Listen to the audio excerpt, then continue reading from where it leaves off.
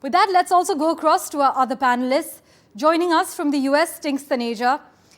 Tynx, some would call you among the lucky ones because not only have you studied in the US, but you're currently working in Philadelphia. Was it tough to find a job straight out of college? Did you face any administrative hurdles? I did. I graduated my undergrad in an election year, and then I graduated my master's in a COVID year. So both of them proved to be very challenging for finding jobs. So when I graduated my undergraduate degree, I went right to graduate school. So I didn't have to look for a job then. But when I finished in 2020, it was a big struggle for everyone to find a job. I actually ended up going back to the company I interned with, so it was a little bit easier, but because of COVID, visas were a lot slower, starting virtually was a lot harder, and it's been a bit difficult with various changes in the US immigration system for foreign applicants. So I think it would have been harder if I didn't study in the US, but studying here makes it equally hard. Tynx, have you ever considered working in any other foreign country that doesn't have a stringent visa mechanism in place for international students like the US? Have you considered Canada and the UK, for example? I have. I've considered Canada and I've considered the UK. But because I've studied architecture, it's very difficult to transition from one country to the other because of local code laws, zoning laws. So I would have to basically start from scratch or go back and do another degree or take various exams. So it would be a big, difficult transition. However, if I were to do another major, like if I was studying in another stream, it would be much easier, especially because the UK has now announced a visa for students from certain schools, and one of my graduate schools qualifies for that visa. So I could, in theory, move to the UK, but I'm sure that has its own struggles. And Canada is, it's a point system, so I'm eligible for the point system, but it's a lot slower to get a Canadian visa after studying in the US than it is to get it in Canada, but it's probably faster to do it from the US than it is to do it from your home country. So I'm actually in the process of also filing that visa. Well, Tynx, thanks so much for joining us on NDTV with your perspective. Let's also rope in Savar Bali at this point. Savar, you studied in Exeter in the UK and in Arizona in the US. Was it difficult finding a job after completing your degree? I would like to say that the job opportunities there are plentiful. I mean, at the end of the day, it is the West. You just have to kind of attend the student fairs, put in your job applications, and I wouldn't say that they give you an underweight in any sense, like you're equally, regarded as any other student over there. However, of course, there are visa implications and many other issues that fall through. So that is something that's kind of dependent on the current government, whether it's Republican or Democratic government in their policies. However, in terms of applying in general and the student base and the response from an employer, it's very neutral and not as difficult as some people play it out to be.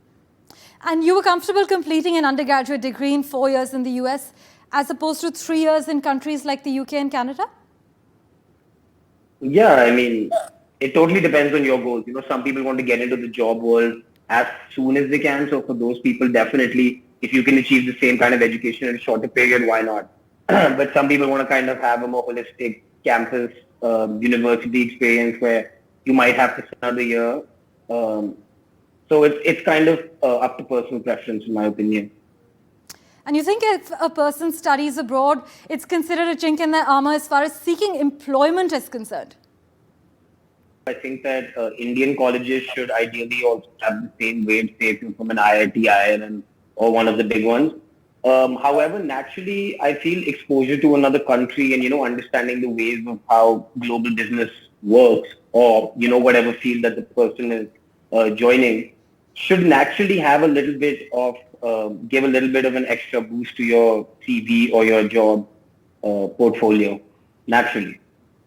Right. We also have with us immigration expert Rohit Sharma. Thank you so much, sir, for being so patient. You've just heard from Tynx Taneja and Savar Bali. Stringent visa mechanisms seem to be a recurring issue for many Indian students. So what's the way forward? What's your advice, especially for those struggling to gain or renew visas? Thank you very much, Prameshwar, for having me on the show to start with. Yes, I've been waiting with some patience, and thank you for that as well.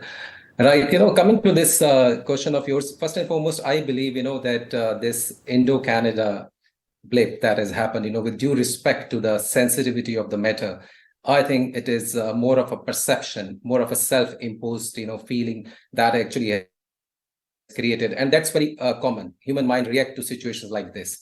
But the fact is, this entire episode happened in the month of September, and by the time, in fact, all the universities and colleges were sold out, right? The students were already there in Canada.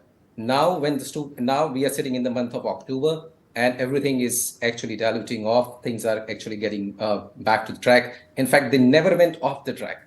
Now, the thing is, when the students are applying for education to Canada, please understand they are looking forward to the sessions which are coming in January or May or June. So by the time, I don't see anything, that is going to diffuse out to this entire, immigration and the visa plans and all of the students.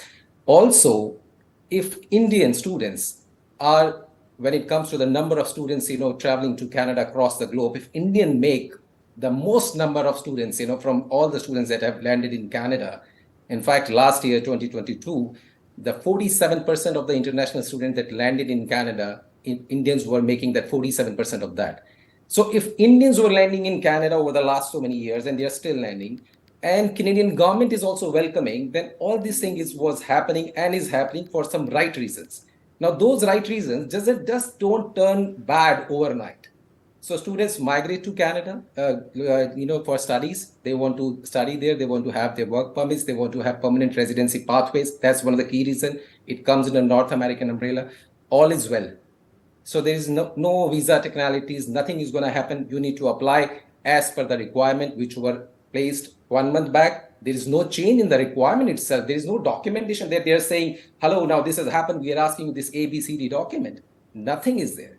So students can simply apply and take this opportunity. It is up and happening, as I'm being very open to you on this. Right, Rohit Sharma. Thank you so much for that crucial clarification. Thank you so much for joining us on NDTV. Well, that's all on this episode of India Global.